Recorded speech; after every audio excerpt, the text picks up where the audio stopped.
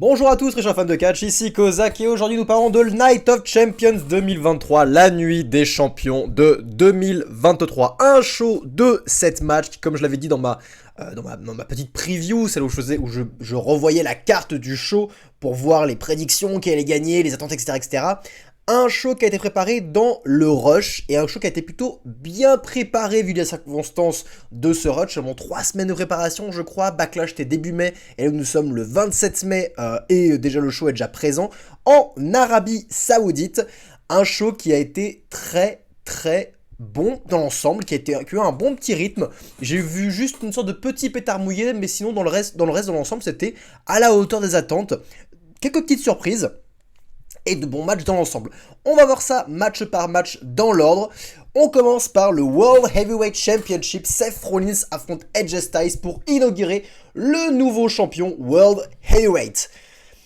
Il y avait beaucoup d'attentes pour ce show, c'était un des 3 main events, ça je t'ai vite fait parler de ça avant, c'est vrai que ce show se vendait comme un show avec 3 main events, donc je crois qu'il y avait Roman et Solo contre Sami et Kevin, Cody vs Brock et Rollins vs AJ Styles. Avis vite fait, je trouve ça débile. En fait, je trouve ça assez inoffensif, ça m'énerve pas de voir que la WWE fait genre, allez, il y a 3 main events, etc., etc. Ça m'énerve pas, je trouve ça juste stupide. Vraiment stupide, je suis en mode, vous êtes sérieux là? Enfin, non, il y a toujours eu un seul main event, c'est le dernier match de la soirée, et qui a le dernier match de la soirée a le main event. Et c'est comme ça, le main event. Il ne peut pas y avoir plusieurs main events, c'est pas possible. Ou alors on fait plusieurs soirées, comme la WrestleMania. À WrestleMania, il y a 2 main events, 2 soirées. On s'entend et c'est logique. Là, 3 main events une soirée, dont un est en opener, enfin ça ne fait aucun sens. C'est juste de la com, c'est juste abrutissant, ça ne fait aucun sens. Mais bon, je trouve cela aussi inoffensif, ce n'est pas grave. Donc parlons de Seth Rollins contre AJ Styles, l'opener du show Night of Champions 2023. Le contexte, je vais en parler très vite, faire un petit résumé. Je n'étais pas très fan de ce tournoi World Heavyweight Championship, si vous me savez, des superstars de Raw, des superstars de SmackDown, alors que c'est un titre qui a été créé pour Raw parce que Roman Reigns occupe tout l'espace de champion, donc il veut qu'il y ait une branche, la branche Raw où Roman est absent, avec un titre mondial, c'est pour ça que ce titre a été créé, et pourtant, des lutteurs de SmackDown peuvent lutter contre. C'est totalement stupide, ça enlevait beaucoup de prestige déjà à la ceinture. Mais bref, on va voir ce match. AJ Styles contre Seth Rollins, 2 excellents workers, l'un vient de Raw, l'autre de SmackDown. Donc il n'y avait pas vraiment d'enjeu lors de ce match. Pour moi, c'était logique que Seth Rollins l'emporte parce qu'il vient de Raw, sinon ça aurait été encore un bordel son nom. Et évidemment, il va remporter le titre. Pourquoi je trouve aussi que c'est une mauvaise idée? Parce que je trouve que ce titre va diminuer un peu le règne omniprésent de Roman Reigns. On va porter un peu notre regard sur Seth Rollins aussi à présent. Et je trouve cela dommage parce que c'est un peu gâché ce que la WWE s'est cassé le cul à créer pendant plus de 3 ans, à savoir créer une star conquérante, un homme à abattre, ce qu'ils avaient parfaitement réussi à faire, et ce titre enlève un peu de superbe à Roman, ce qui est dommage. Cela étant dit, ils sont foutus dans cette merde tout seuls. Seth Rollins du coup sera un champion secondaire, c'est dommage mais c'est comme ça, il sera là à tous les shows, sera un champion combatif, mais il ne sera en aucun cas aussi prestigieux que Roman Reigns en termes de prestige, je me répète, désolé, je rappelle que c'est des prises pour une seule fois, excusez-moi pour ça. Donc on a eu ce match, Rollins contre AJ Styles, il n'y a pas de construction de rivalité, c'est simplement un combat compétitif et sportif, une finale de tournoi entre 2 hommes qui n'ont pas eu tant de matchs l'un contre l'autre dans leur carrière, 2 excellents workers de la fédération, 2 babyface, et bah c'était un match très bien exécuté. Je vais vous dire un truc, c'est que je pense pas que ce match aurait pu être mieux au vu de la construction et au vu qu'il n'y avait pas de construction, qu'il n'y avait pas de rivalité, que c'était juste un match ni de face ni de heel, juste un match entre 2 babyface, une lutte sportive. Je pense qu'il n'aurait pas pu mieux faire. C'était selon moi le 2e meilleur match de la soirée. Un match avec beaucoup de force, encore une fois, très bien exécuté. Techniquement, ça allait en tous les sens, mais c'était hyper lisible. Les deux hommes se bagarraient, les 2 hommes luttaient, on sentait la fatigue, on sentait la nervosité, on sentait que c'était un véritable combat. Et c'était ce qu'il fallait absolument, pas que ça fasse faux, pas que ce soit spectaculaire, non, juste 2 hommes qui se battent, qui vont au bout de leurs ambitions pour atteindre cet objectif, sans qu'il y ait aucune animosité entre les deux, juste 2 lutteurs qui se mettent à bout pour l'emporter. Et c'était ce qu'on ressentait, c'était un très bon match, beaucoup de spots assez intéressants, Styles n'a jamais pu porter son Styles Clash, ce qui est chouette, son finisher a été protégé. Seth Rollins a dû placer un seul curb stomp, mais après des pédigris et beaucoup d'offenses, le fameux Falcon Arrow inversé qui est toujours aussi spectaculaire et impressionnant à voir.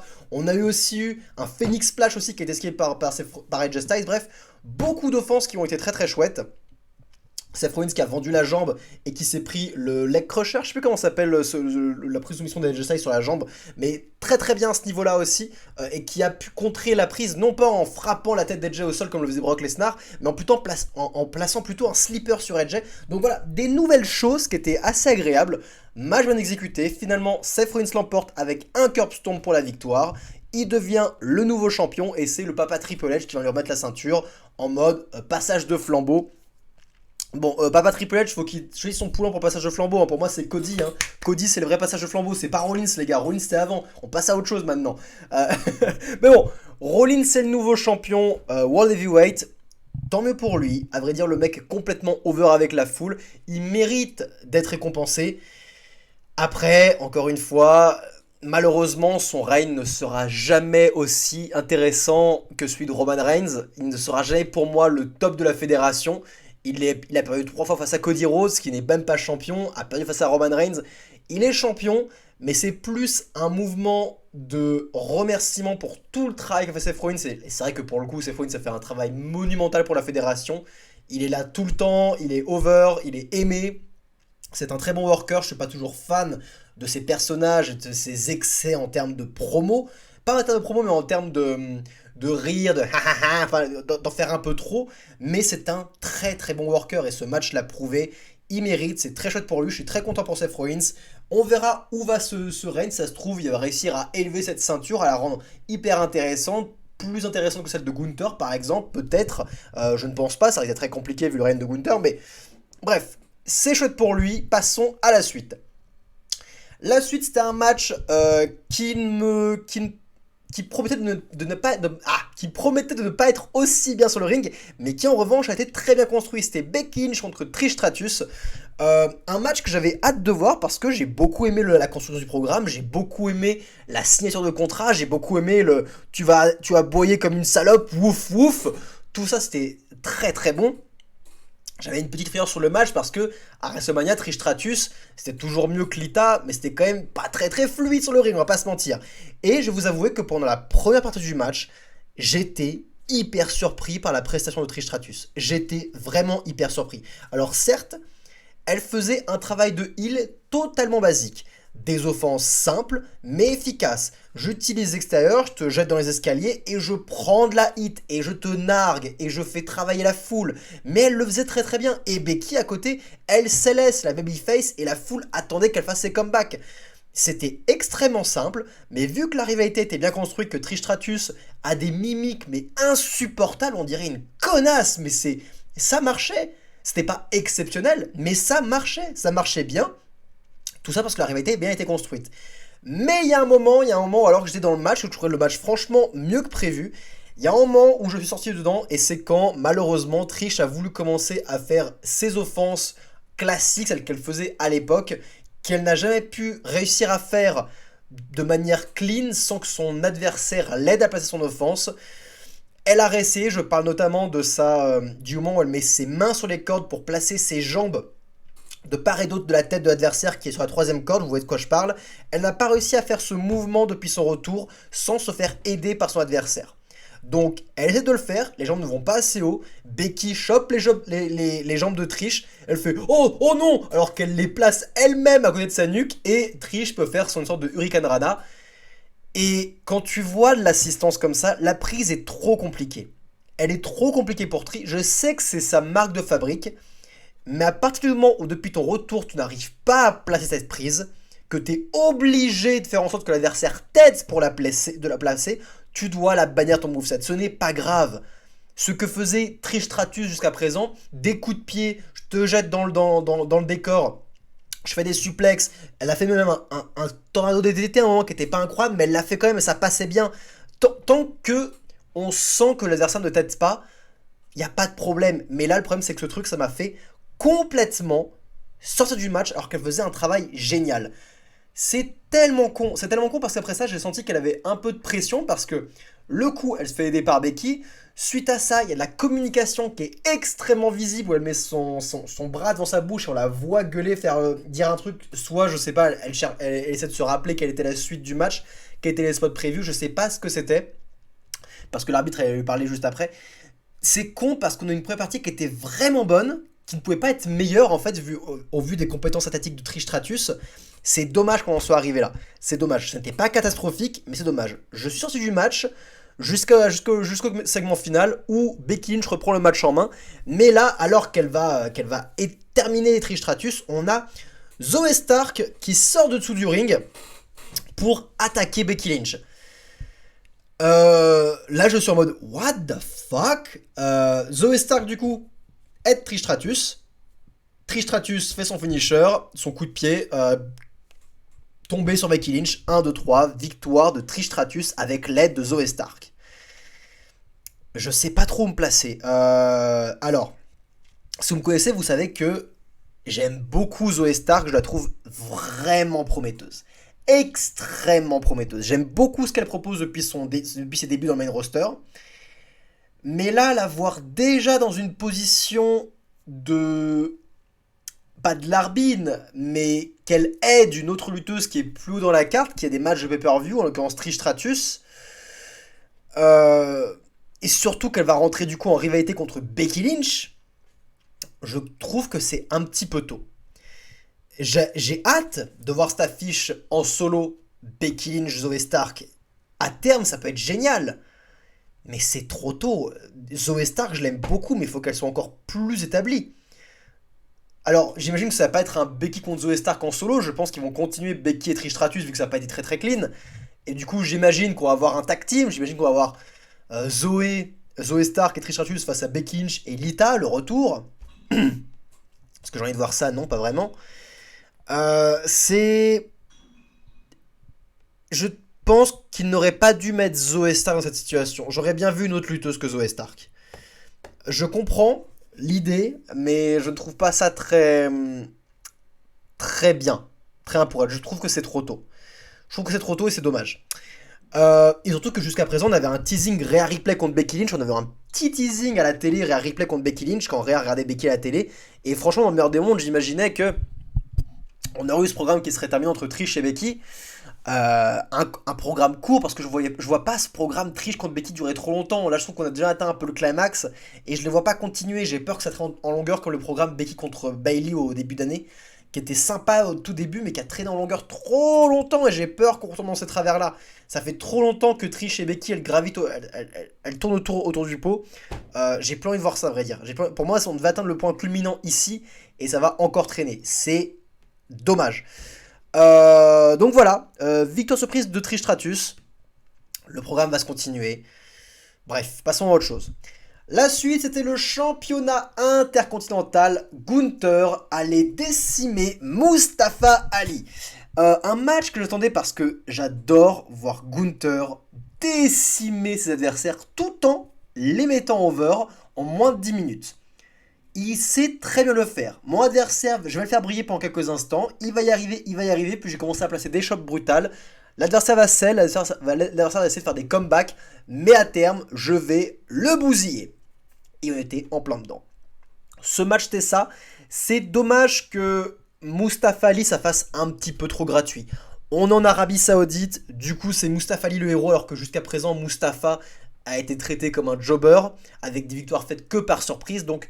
personne, même pas l'Arabie Saoudite, ne croyait en la victoire de Mustafa Ali. Ce n'est juste pas possible. Donc c'est dommage que il ait eu ce traitement de faveur juste pour ce moment, parce qu'après il va de nouveau retourner dans la mid-card, même dans la mid-card, qu'est-ce que je raconte, il va retourner à son état de jobber.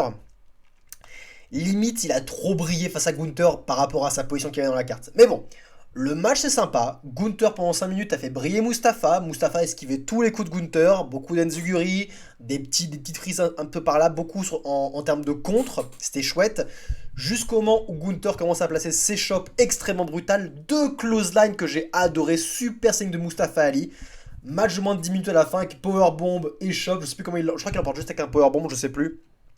Mais moins de 10 minutes, impeccable. En vrai, le match était ce qu'il était, il était très bien, il a rempli sa fonction, il n'aurait pas pu être mieux que ça, ni moins bien en finale. Je trouve s'il aurait pu être mieux parce que je pense que Mustafa, malgré son statut de jobber, il a manqué de feu dans ses comebacks. Parce que si on commence à comparer son travail avec celui de Cody Rhodes, par exemple, en termes de comeback, comment je galvanise la foule, comment je m'enflamme pour revenir dans un comeback, Cody fait un travail bien plus intéressant que Mustafa qui pour le coup paraissait un petit peu absent. Il faisait du bon selling sur les coups de Gunther, là-dessus il n'y a pas de problème, mais sur les comebacks il était un petit peu absent, il n'était pas flamboyant en fait, c'était un petit peu dommage. Donc voilà, un match efficace, un match qui a fait le taf, un match qui a rempli totalement sa fonction, qui n'a pas trahi les attentes. Et là on arrive au vilain petit canard du show. Je sais pas si vous partagez mon avis, je crois que ce match a eu de bons retours, ce que j'ai un peu du mal à comprendre. Bianca Belair versus Asuka. Si vous me connaissez, que vous m'avez suivi, vous savez que cette rivalité, je ne l'aime pas depuis WrestleMania. Depuis WrestleMania, je n'aime pas cette rivalité parce que les deux femmes, je trouve pas qu'elles ont une bonne chimie en promo. Je trouve pas que le combo de personnages Bianca Belair et Asuka fonctionne. Je vois pas l'animosité entre les deux femmes. Et d'ailleurs, il n'y en avait tellement pas qu'ils n'ont pas pu construire un programme de manière naturelle entre les deux. Et ils ont dû être obligés de faire tourner toute la rivalité autour du Mist. Asuka a tourné heel pour on ne sait quelle raison. Et elle s'est mise à mister Bianca Belair gratuitement comme ça, avec les joues bien remplies. Et tout tournait autour de ça. Asuka, vu qu'elle ne peut pas construire de programme, vu que elle ne peut pas parler anglais, mais qu'aussi elle a beaucoup de mal à transparaître des émotions de manière réaliste comparée à Io Sky. On va beaucoup comparer Asuka à Io Sky ici, parce que Io Sky est un peu dans la même situation que Asuka. C'est une catcheuse asiatique qui a du mal à parler anglais et qui du coup doit utiliser d'autres biais pour réussir à se mettre over et construire des rivalités. Et notamment, cela passe par la transmission d'émotions, l'acting si vous voulez. Simplement, utiliser d'émotions. La colère, la frustration, la surprise, etc. etc. Et Io Sky fait un bien meilleur qu'Asuka en termes de réalisme. Asuka a tendance à tomber trop facilement dans l'extravagant, dans l'extrême, dans le bizarre en fait. Donc quelque part, j'ai compris la décision de la WWE de remettre ce personnage, ce gimmick avec le maquillage d'Asuka pour la rendre un peu plus mystique, qu'on camoufle le côté j'en fais trop des émotions et qu'on en fasse un personnage un peu plus mystique qui ne s'exprime pas, juste une badass qui catch. Mais bon, le problème c'est que aussi pour moi un personnage qui est comme ça, qui est mystique, doit après derrière compenser dans le ring. Et je ne dis pas qu'Asuka est une mauvaise lutteuse, je dis qu'elle doit être impeccable à ce niveau-là. Qu'elle a un énorme point faible en promo, du coup dans le ring ça doit être la meilleure de toutes.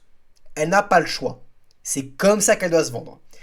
Et malheureusement à l'heure actuelle, Asuka n'est pas la meilleure dans le ring, loin de là. Bianca Belair est bien meilleure qu'elle athlétiquement. Rhea Ripley en termes de puissance est bien meilleure qu'elle. Et même Io Sky est bien meilleure qu'Asuka. Donc, Asuka, je ne dis pas que c'est une mauvaise lutteuse. Je dis que je ne comprends pas pourquoi elle est mise over à ce point, pourquoi elle est mise dans cette position-là, alors que ce n'est absolument pas la meilleure à l'heure actuelle. Elle est loin d'être la meilleure, elle est intéressante, mais elle est loin d'être la meilleure. Donc vous me voyez venir avec ce match, un match où tout se base sur le Miz, donc l'animosité entre les deux femmes, je ne la sens pas, mais je me dis, bon, peut-être qu'on va revoir un exploit comme le match Bianca Belair et Io Sky à Backlash où là aussi il n'y a pas une énorme rivalité mais le match avait été incroyable, c'était un véritable exploit, les fans étaient à fond, mais à fond dans ce match et là non, ils n'ont pas reproduit l'exploit, c'était long et c'était chiant. Pourquoi ça? Parce que c'était un match qui se voulait dans la même veine, dans le même type que le match AJ Styles et Seth Rollins, c'est-à-dire un match purement compétitif. Là, pour le coup, il y avait un face et un heel établi. Mais un match compétitif avec une succession de mouvements. Voilà, pas trop d'émotions, pas trop d'histoire, on en parlait avec le main event, c'est pas une storyline qui prend le dessus sur le match. Juste un match compétitif avec un enchaînement de mouvements. C'est dans la même veine qu'AJ Styles et Seth Rollins.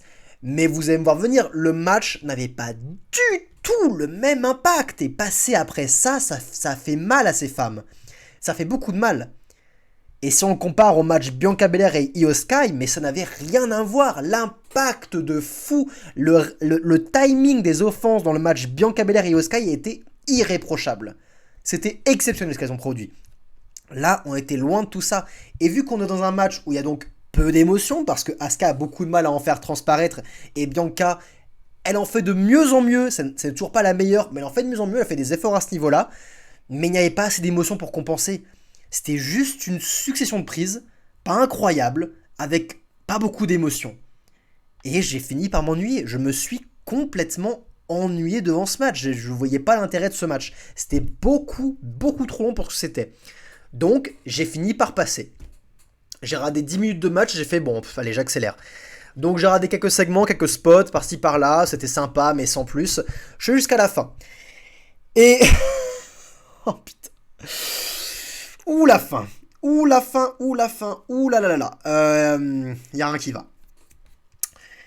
Bianca Belair est dans le coin avec Asuka. Asuka tente de faire un jet de mist au-dessus de l'arbitre. Donc l'arbitre ne le voit pas. Mais Bianca était en train de faire une roue derrière et du coup esquive le mist.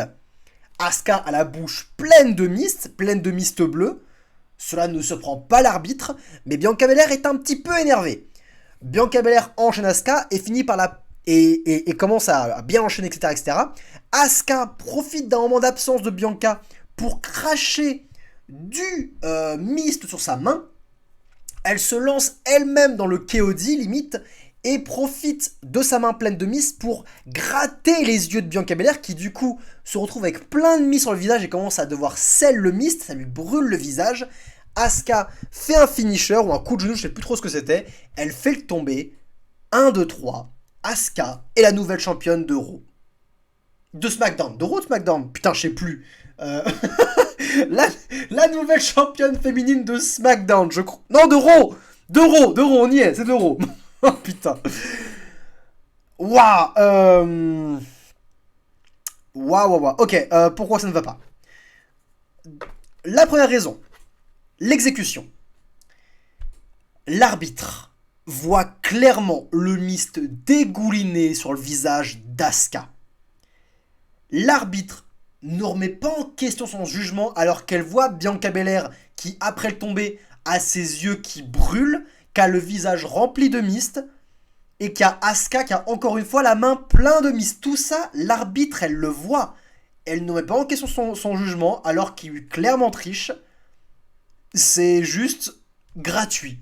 L'arbitre a rien vu. Ah bon? Ah non, si, l'arbitre a complètement vu. L'arbitre a complètement vu. Il y a eu plein de plans où on a vu l'arbitre avec le regard qui était dans la même direction que le Miss d'Asuka. Elle aurait dû clairement voir la chose.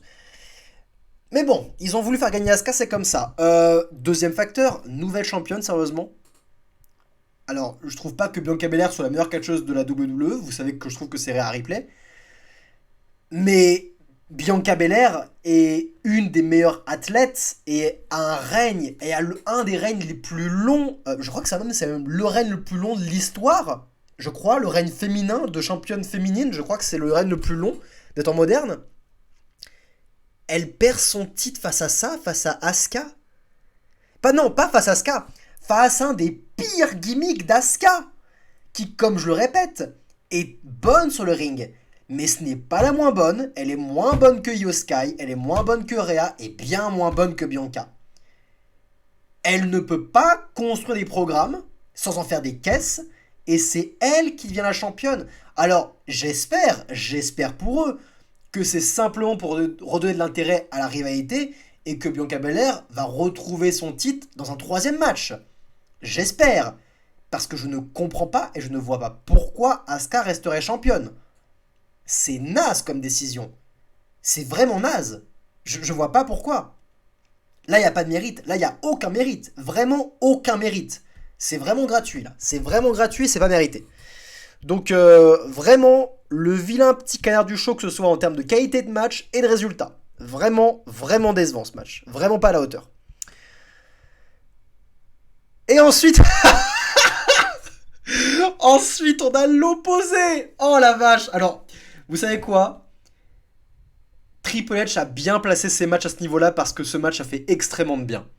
Oui, on va parler de Rhea Ripley contre Natalya pour le championnat du monde féminin de SmackDown.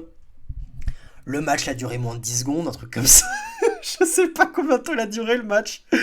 Mais les entrées, les tenues, la présentation avec les lumières qui s'éteignent, etc., etc. Le match dure 20 minutes. Il y a Dominique qui provoque Natalya. Natalya se fait avoir. Rhea, elle fonce sur Natalya.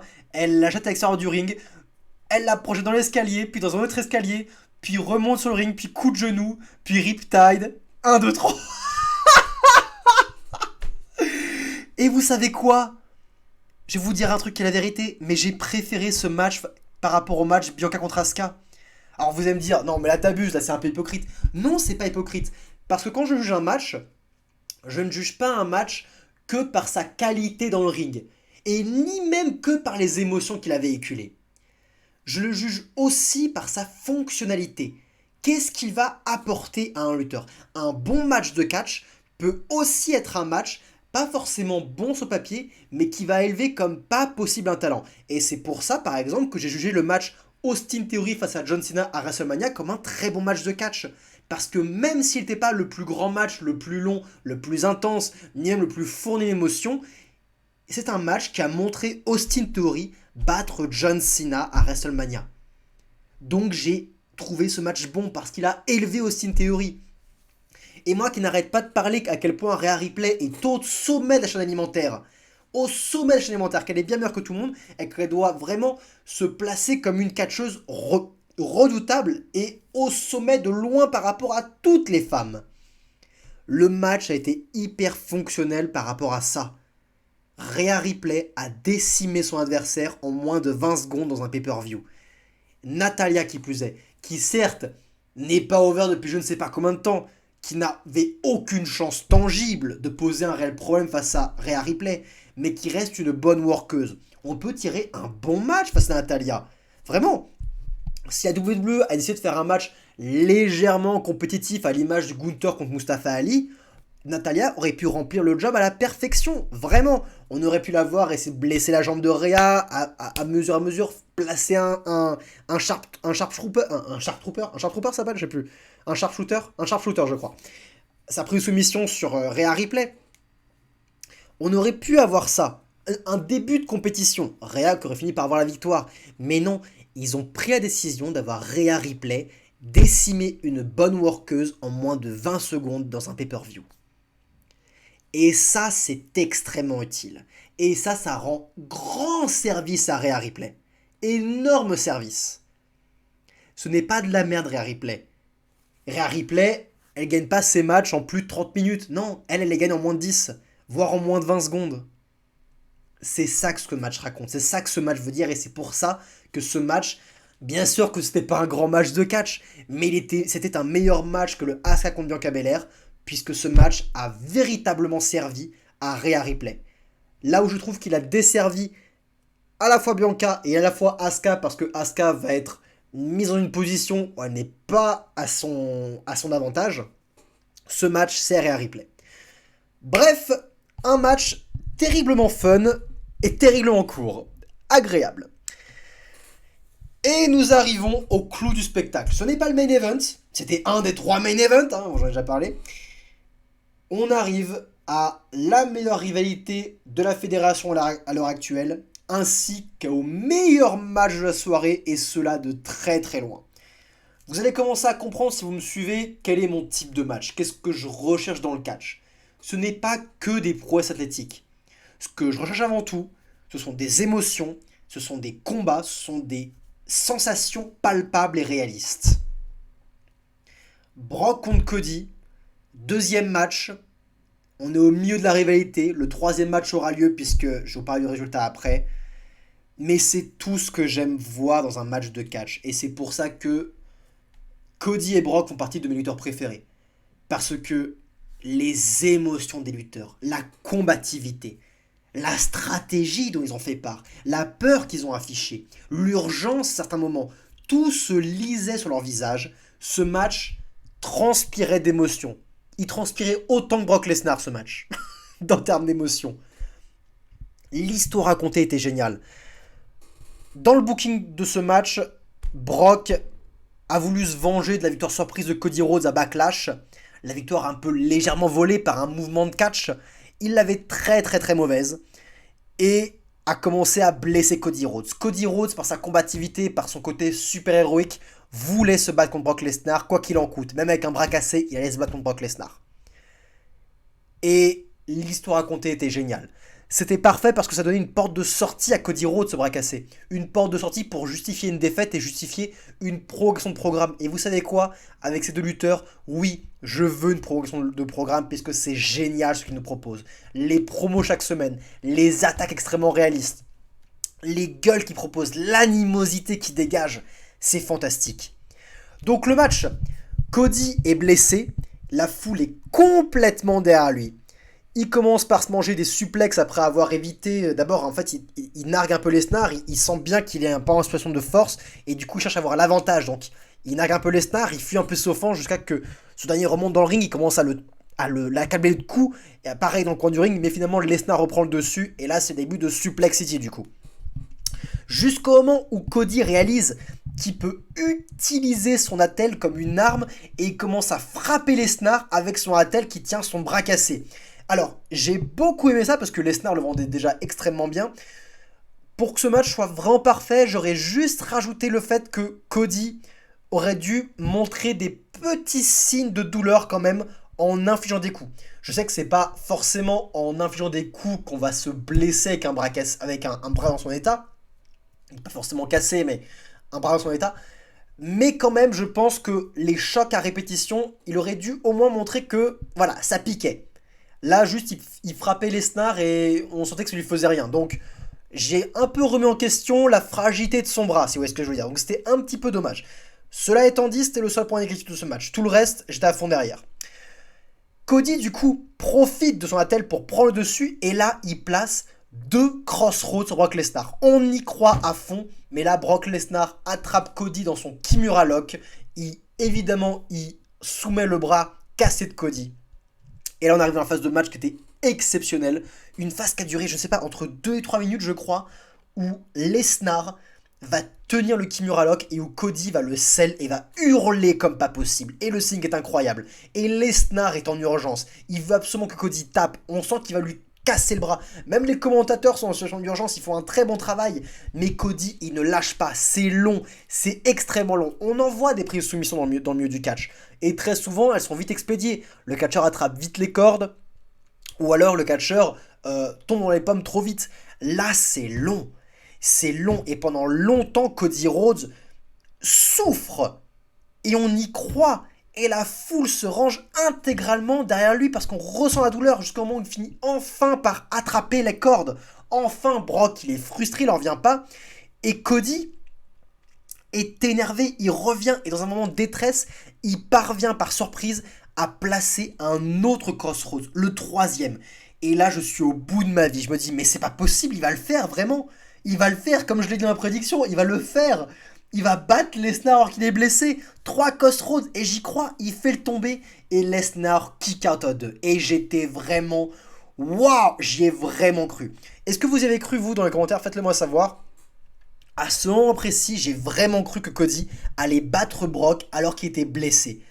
Je trouvais ça génial et exceptionnel. Mais finalement, Brock va finir par revenir, placer un F5. Cody va kick out du F5, mais il va directement le remettre dans son Kimura Lock. Et Cody va finir par s'évanouir parce que deuxième Kimura, avec la douleur plus le F5, c'est logique qu'il finit par s'évanouir. Il a été tellement protégé dans la défaite. C'est génial. Ce match était excellent. Bien meilleur que le premier.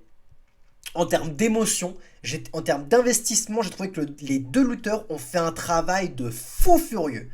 Franchement, j'ai du mal à comprendre pourquoi les gens Je comprends qu'on ne puisse pas être fan de Cody, mais il faut quand même reconnaître que le mec, c'est un des meilleurs workers de la fédération et que pour véhiculer des émotions, il est si fort, putain. Et pareil pour Lesnar.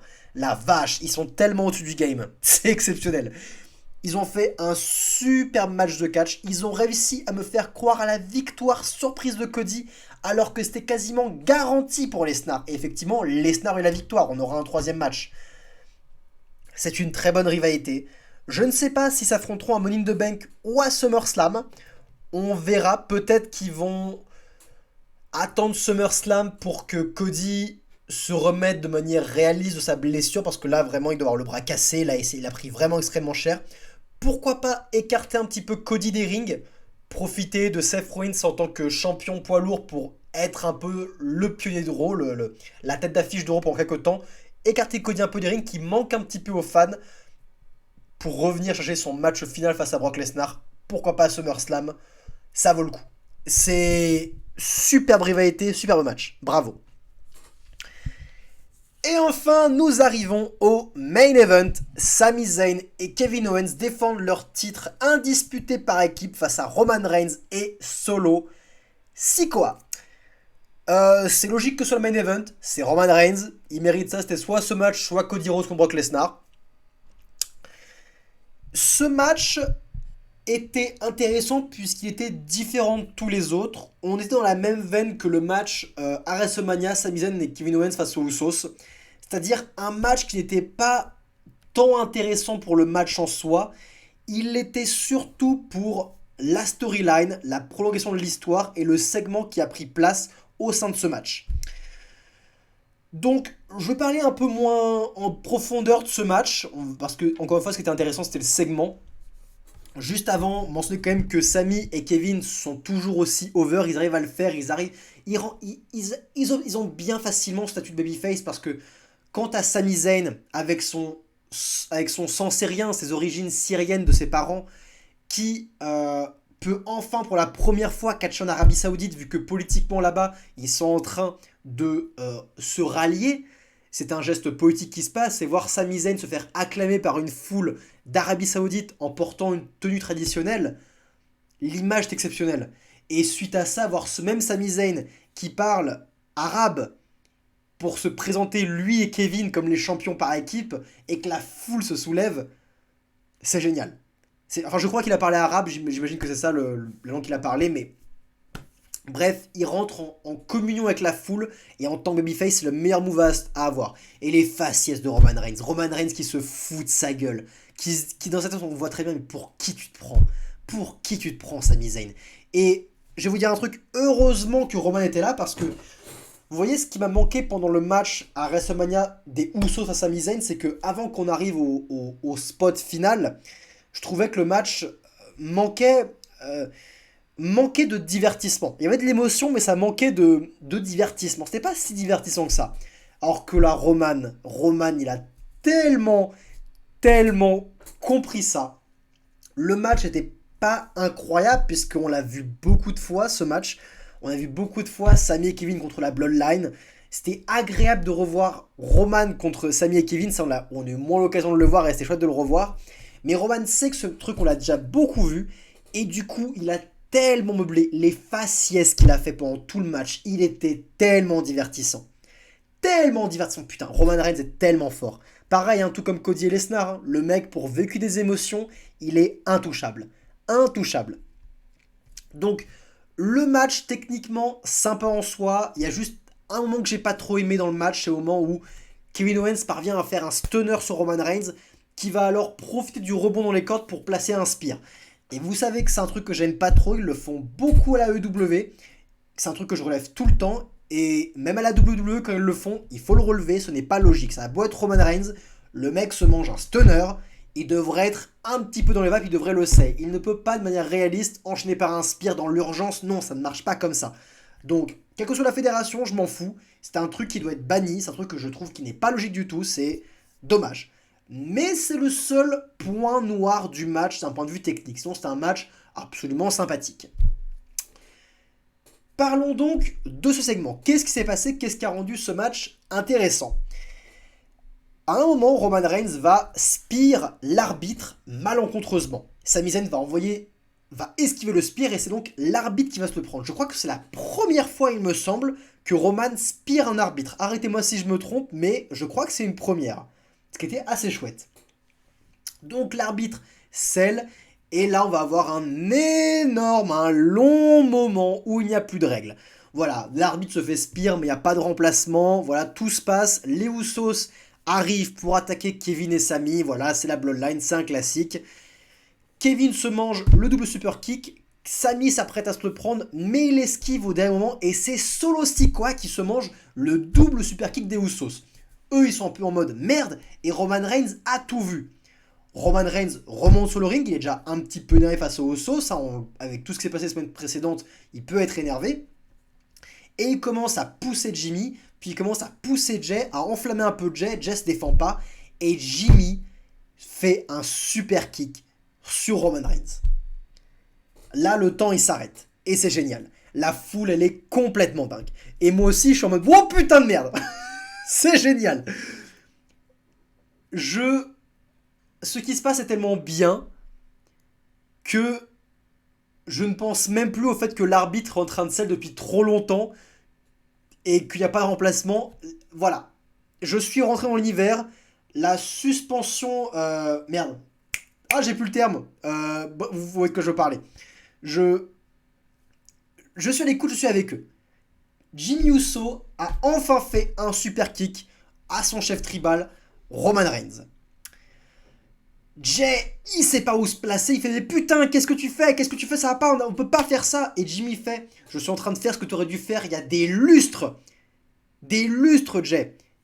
T'inquiète, je m'en occupe. Et il fait un deuxième super kick sur Roman Reigns. Waouh. Et Jay, il sait pas où se placer, il n'arrête pas son frère. Jimmy fait, allez viens on se casse, et Jay le suit. Mais Jay ne sait pas comment réagir, il ne sait pas qui faire, il ne sait pas qui joindre. Il suit son frère parce que c'est son frère avant tout. Mais les expressions faciales des deux et le fait que Jimmy ait pris tant d'importance dans toute cette histoire, c'est génial. Le fait que ce soit Jimmy qui ait placé le super kick et non pas Jay, c'est quelque chose que je pense que beaucoup de gens n'auraient pas attendu à la base des histoires de la Bloodline. Alors que Jay était clairement le personnage principal de cette histoire, c'est cool de voir Jimmy reprendre beaucoup d'importance à ce niveau-là. Mais du coup, ce moment va coûter la victoire au heel parce que Solo va se manger un stunner suivi d'un Helluva Kick alors que Roman est en train de sell les super kicks des Usos. L'arbitre revient à ce moment, victoire des Babyface. Bah voilà, c'était un match qui a été là pour le segment. Le visuel de fin de match de Sami en contre-plongée, conquérant, qui brandit ses titres face à un Roman dépité. Ce visuel est jubilatoire, ce visuel est génial. Le main event a rempli sa fonction de continuer l'histoire de la Bloodline et d'enfin avancer dans cette histoire. Ça faisait 2 mois qu'on était sur place, ça faisait 2 mois que c'était teasé que les Usos allaient se détourner de la Bloodline. Ça a mis beaucoup de temps pour y arriver, j'ai commencé un petit peu à me désintéresser. Elle a bien traîné en longueur, mais on a enfin de l'avancement. Ils ont enfin commis l'irréparable. Ils ont super kick Roman Reigns et voilà, maintenant on va enfin pouvoir avancer. Qu'est-ce qui va se passer? Ça va être intéressant. Les bonnes personnes ont remporté le match. Les heels n'ont pas été diminués parce que les Usos ont été au cœur de cette défaite des heels. Voilà. C'est chouette. C'était attendu et inattendu en même temps. C'était franchement un bon show. Donc je le répète, le moment le plus what the fuck, le moment le plus choquant, c'est le super kick de Jimmy sur Roman. Le meilleur match de soirée, c'était Brock contre Cody Rhodes. Et je dirais que le pire match, c'est donc Bianca Belair contre Asuka. Voilà, n'hésitez pas à me faire part, vous, de ce que vous avez pensé de Night of Champions 2023. C'était Kozak, prenez soin de vous, bande de fans de catch.